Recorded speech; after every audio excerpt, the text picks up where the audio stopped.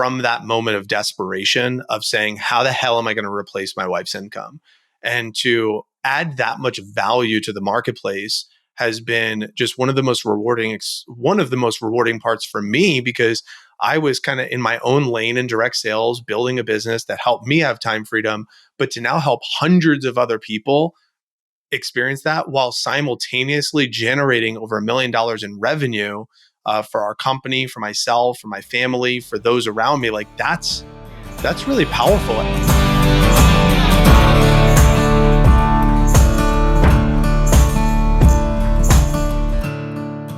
You're listening to the 7-Figure Leap podcast. We're here to leverage rich relationships and smart strategies to take your business to the next level. Here's your host, Dustin Riechman. Welcome back to the 7-Figure Leap show. I'm your host, Dustin Riechman, and I have another amazing guest today, and another person that is a great demonstration of just the power of our networks and relationship building. So I'm going to let Mike introduce himself, talk about what he does. But I met Mike in a couple different ways at kind of at the same time, I feel like. So one was through a mutual friend and someone that was an alumni of my flagship program, the podcast Profits Accelerator, Matt Drinkon. And so I was a guest on Matt's podcast, developed a relationship with Matt. Matt invited me into a group called Front Row Dads, which I highly endorse. It's a really amazing group of largely entrepreneurs who are making a transition from being businessmen with families to family men with businesses. And for anyone listening who, anyone that can relate to that will know exactly what that means. But anyway, Mike is in there with his business partner, Andrew. We really got to know each other again through Front Row Dads. And then Mike actually joined my program and recently completed the accelerator. So I feel like I've got to know Mike really well, and I became a client of his and the services he's going to talk about today with Better Than Rich. So Mike, I'll just let you kind of freeform introduce yourself and tell us a little bit about what you're up to at Better Than Rich. I appreciate it, Dustin. And yeah, your community highly endorse everything I learned in the Podcast Accelerator program. And it's helped us a ton. I mean, it's helped me. I'm on about 42 or 43 shows now since September. We're recording in February. So that's amazing. With the goal of getting to 100 by end of March. So we'll see if I hit the 100. But either way, I mean, it's been pretty remarkable to see the results and just the process and everything. But yeah, my name is Mike Abramowitz. I right now help fellow high-earning entrepreneurs leverage business systems and AI-powered delegation so they can become time rich. We want to help these entrepreneurs free themselves from low-value tasks like admin, inbox appointment setting, social media lead nurturing. And that way they could reinvest that time into the higher value activities, the partnership, strategy, sales, podcast guesting, family, self-help, those important things. So why that's important? Well, for me, I was in the hospital, the short version, with my son for 8.5 months when he was born. He was born at 1 pound, 4 ounces. And because I put a lot of these systems in place in my direct sales business, I was able to be present with my family during that time, but my business still produced 6 figures in revenue and profits without me there. So when I realized that there's a way for other people to replicate these simple systems and put them into their business, that's when I called my business coach who helped me put those into place. And I said, hey, do you think we could teach this to other people? And that's the birthplace of what we've been doing since September 10th of 2021 when I got out of the hospital. And now my wife, she became a full-time medical mom during that time. And she left her corporate position, working for Bic Graphic, the pens, and she was making $80,000 a year.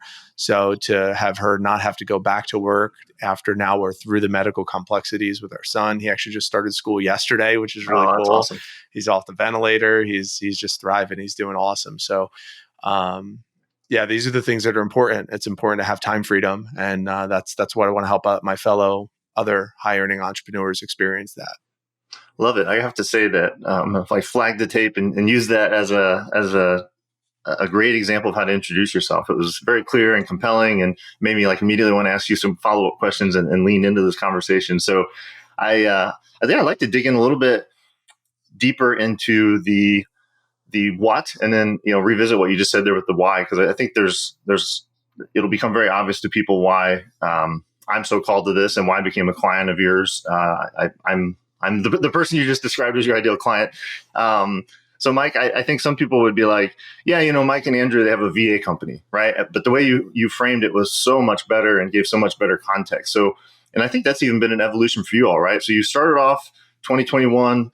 Was this intended to be more of a coaching only company, and then you kind of added VA services, and now you've really found the product market fit in the combination of those two? Can you unpack the kind of business model a little bit more for us? Yeah, absolutely. So September 10th, 2021, get out of the hospital, call Andrew. And I'm like, he was my business coach. The context, I hired him as my business coach in 2016 to help me with my direct sales office with Cutco. And for those of us that understand the model of Cutco and vector marketing, it's a large recruiting company of college students. So it's a lot of like grind and working and a lot of hours. And I was able to pull myself away from all of that and run it through systematic approach, because he helped scale a company in India from 6 million to 30 million. And he had a team of 1,400 underneath him that was reporting to him. So he came back and started teaching small business owners how to corporatize their small business. I was his first client that he started teaching this to. So that's like the origin story there. So that's why he was helping me.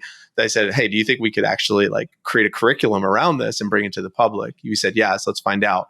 So our first event that we did was in Mexico, which was a purpose-driven event, which was what we thought these entrepreneurs needed. We thought, if you want to be able to have freedom, you first need to know what it means to be free, what fulfillment feels like. So we did this 20-person immersive experience in Mexico, and we got amazing feedback. These people were fired up with the content, how they were feeling. But they said, leaving the event, our feedback was, well, I got to go back to my business so I can work my tail off, so that way I can have time to like really enjoy the freedom. So he said, let's put on another event called Business Mastery. And that was Business Systems Mastery in March. So then we filled the space with another 20. Some was an overlap, some different. And at that Business Mastery event, March of 2022, with those 20 people, that was when we taught all of our business systems content. And at that event, on day 2, I asked Andrew, I said, what if we did a beta test with virtual assistants? Like, I had my own team of virtual assistants already. I said, what if we let some of these students use my VAs as a beta test to see if there's a demand in the marketplace? So I was like, let's find out. That's been Andrew and my motto for a very long time. Let's find out. So I presented it to the 20. I said, I'll do this with 5 people. 10 raised their hand. I was like, all right, I'll do it with all 10 of you. We had 10 people as a beta test to see if my virtual assistant team that has been working for me could help them. And that was the birthplace of the VA services. It was a very spontaneous, let's find out type of approach. And that turned into now, February of 2024, we have somewhere between 65 and 70 clients, somewhere like that use our virtual assistant team and use our virtual assistant services. So it's very much a let's find out approach and see what the marketplace is telling us. And there's obviously lots more in between that, between like our educational side of our company, of how we try to find opportunities in the marketplace to teach this, because the VAs are kind of like a done for you type of agency service. And then we also have like a done with you type of coaching service. Awesome. Yeah, that's beautiful context. I wanted you to unpack that, not only so people can better understand kind of the differentiator of what you guys do versus, just a quote unquote generic virtual assistant, agency or placement service. But also because it's a really great example of one of my own values, which is experimentation, right? Anyone that's heard my origin story would hear engineering to the marriage industry to marketing to meat sticks to now masterminds. And so there is a through line there, and those dots do connect, but I never would get from one dot to the next if I didn't do what Mike just described, which is let's try it. Let's find out, kind of like what's the worst that can happen? We can always go back and do what we were doing, but maybe we'll find something better by exploring this opportunity, or what I would call an experiment. So it's really cool. And I think anyone that's grown a business, and especially when you guys, you have staff and all these things, like that's really fast actually, it's like just 2.5 years from not even wanting a business of this type, right? Like just dealing with your own stuff and having your premature baby and all the changes that just forced upon you and your family, calling upon your coach. And then now you it probably feels like in some ways you wake up 2.5 years later and look what you built, but just keep continuing to ask, like, look, let's find out, let's try this. So that's awesome. I love that. And so we've talked about your own personal And from that lens, just Yeah, go click for on it. it real quick, from that place of let's find out, from September 10th, when I made that phone call, I've actually been responsible for generating over $1 million in revenue Wow. from that moment of desperation of saying, how the hell am I going to replace my wife's income? And to add that much value to the marketplace has been just one of the most rewarding parts for me, because I was kind of in my own lane in direct sales, building a business that helped me have time freedom, but to now help hundreds of other people experience that while simultaneously generating over $1 million in revenue for our company, for myself, for my family, for those around me. Like that's really powerful. And on top of that, we've dozens and dozens of jobs that we're providing too. It's quite amazing what happens when we're challenged and we're pushed against the wall and say, from that place of let's find out. So it's not just the let's find out. It's like there's a compelling enough reason behind the let's find out to make it work too.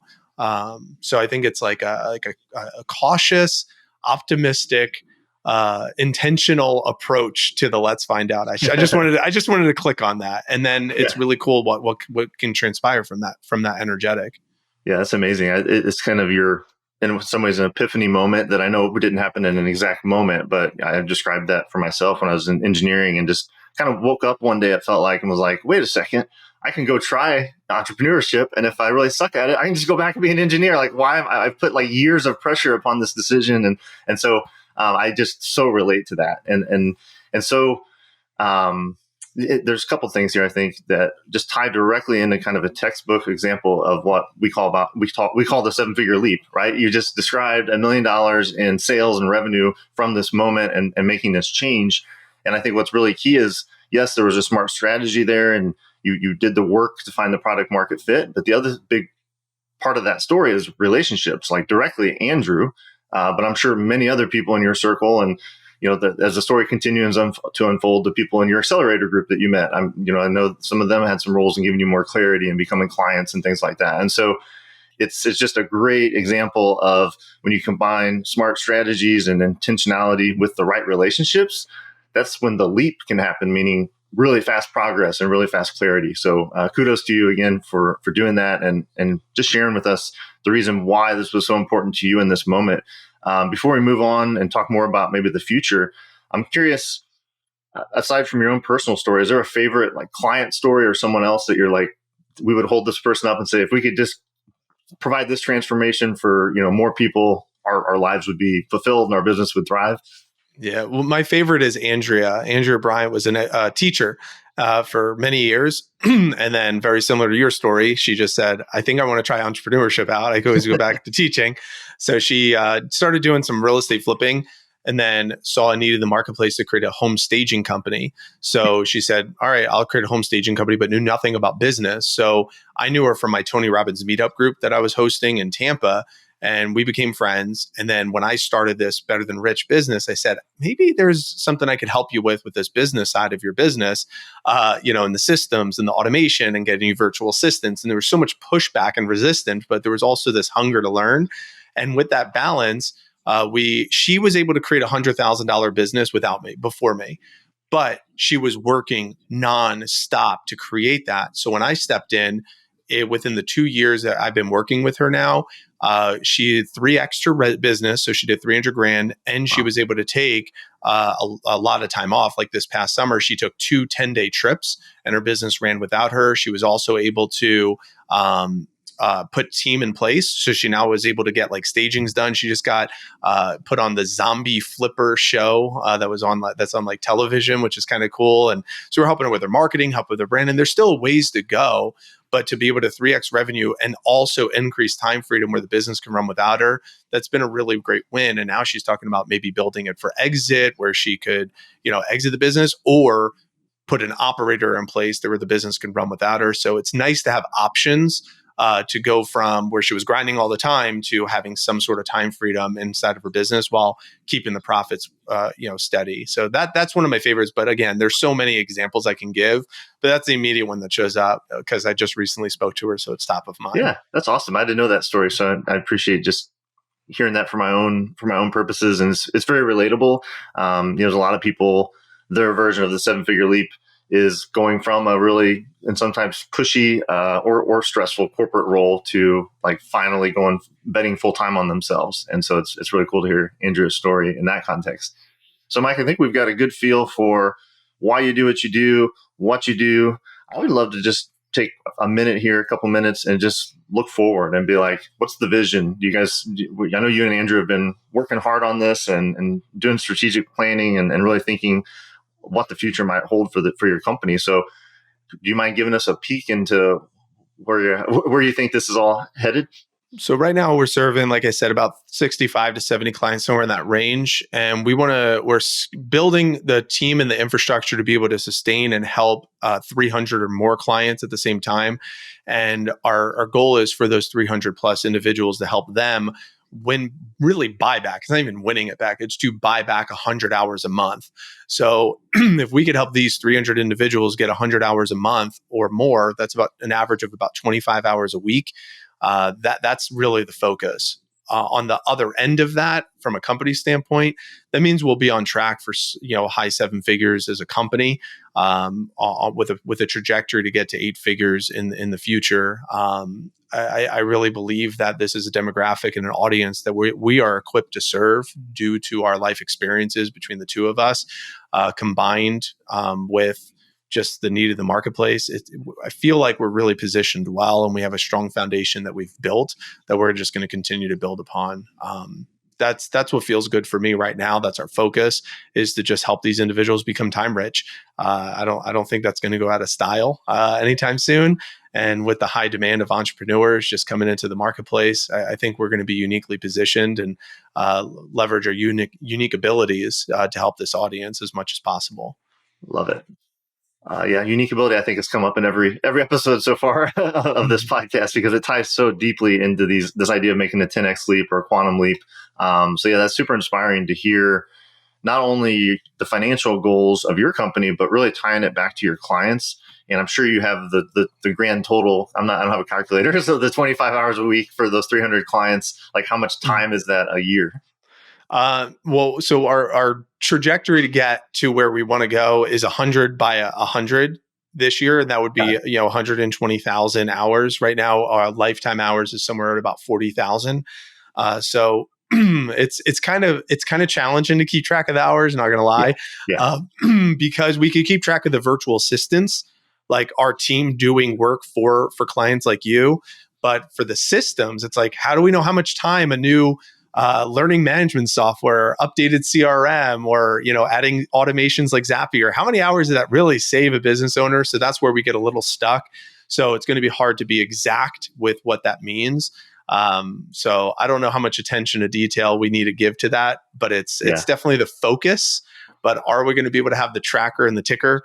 I can't promise it yet. Yeah, probably not. It's because you're changing things qualitatively, right, as well as quantitatively. So yes, people literally buy back their time in the sense they have a virtual assistant doing certain things for them, but one really effective system or even one really dynamic relationship kind of changes everything, and it's really hard to measure that. And I talked about that in an earlier episode, Mike, where I really think in terms of 10xing the value that we provide people. So if you want to have a 6-figure income, you provide a 7-figure impact. If you want a 7-figure income, you have an 8-figure impact, which is the trajectory you're on.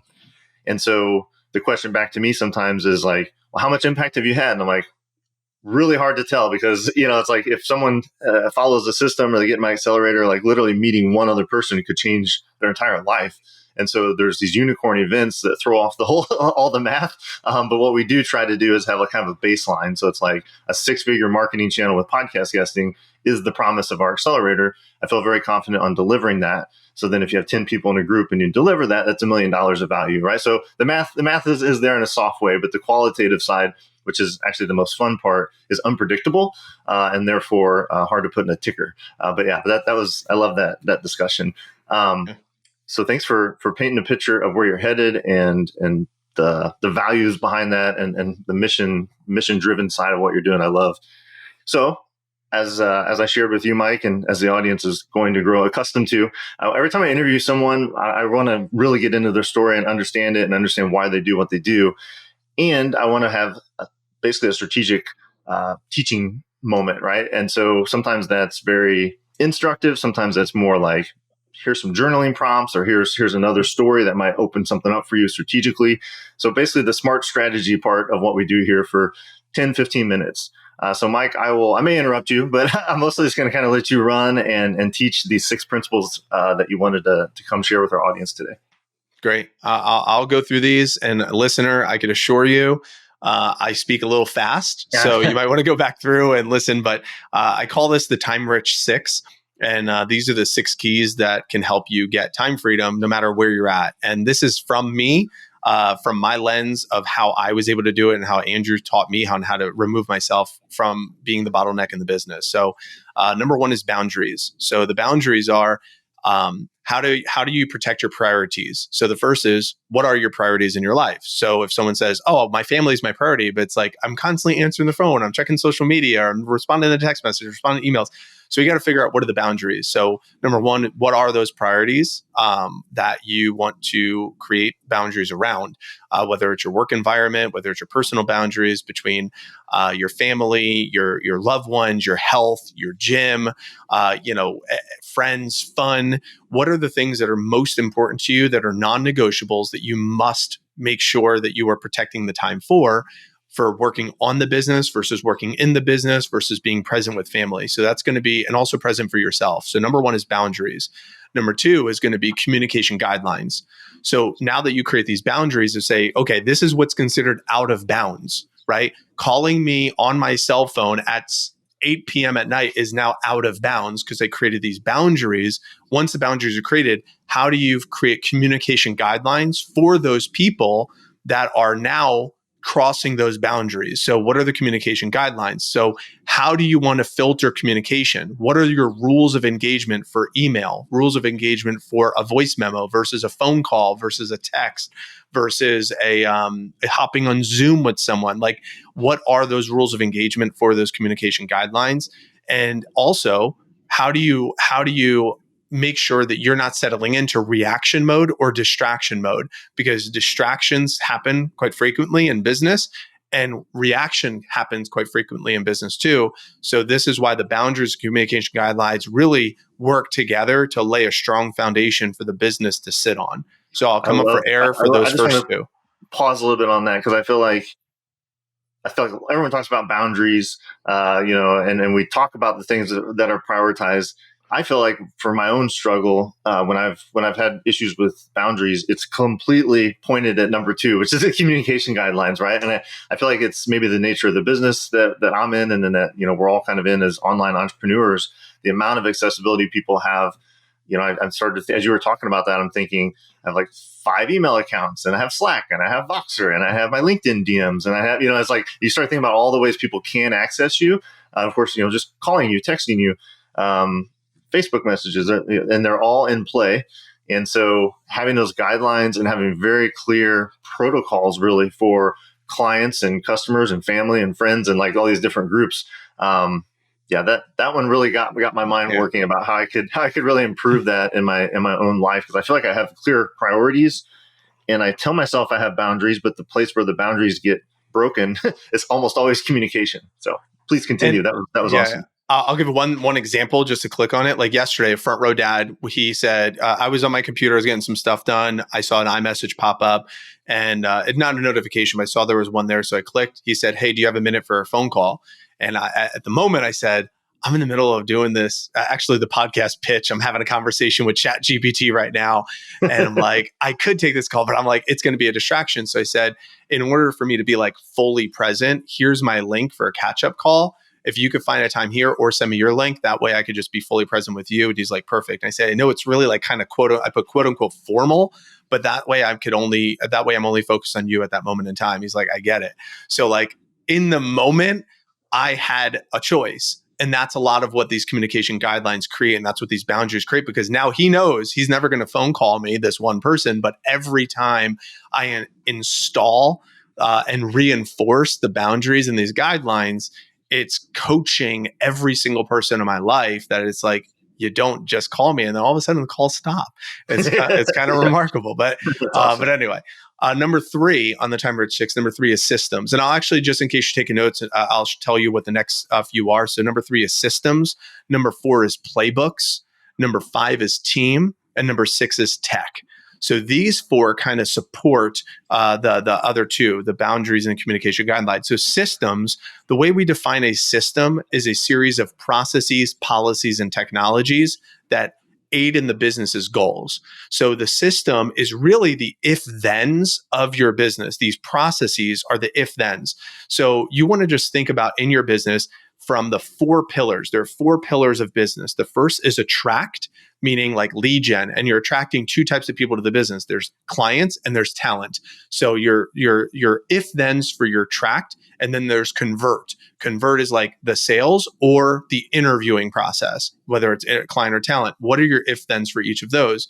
Then there's onboarding clients, onboarding talent, if-thens for those. And then there's retention of your clients, like lifetime value, and retention of your staff, which is what is your meeting structure, your cadence for how your communication is with your team. So you build out all of the if-then scenarios for each of those inside of your business. And then you ask the question, which is, what needs to get automated? What needs to get delegated? How can I create a user experience within each of those different points inside the business model? So that's where the systems come into play. The playbooks is really the policy. The playbooks are really the SOPs, the standard operating procedures.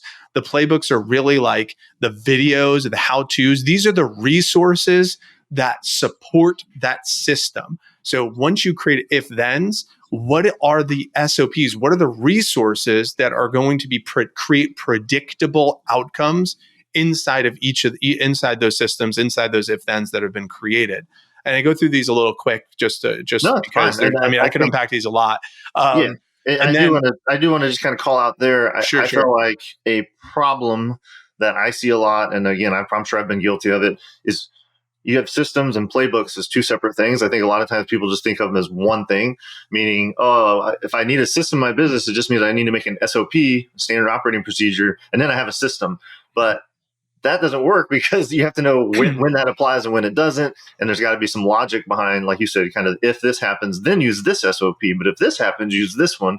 And yeah, I'm again, guilty as charged as far as, and I'm working actively on doing this because I'm taking the next leap in my business. And one of the areas I know is fulfillment, right? Like my fulfillment on my promises and the things that I do is like all me and all manual. And so for me, that's very much a mix of the next 2 things. I was just team and tech. So I'll just kind of cue you up with that. Yeah, that's perfect. And you're absolutely right. The system is the if-thens, like a flow chart. Flow chart is systems. The playbooks are, once I have the flow chart, that's like I have the play, like you have the play, the circles and the squares and stuff, right? That's a good distinction. Yeah, in football, you got to first call the play for the situation, the appropriate play for the situation, but then you have to execute the play, which is the SOP.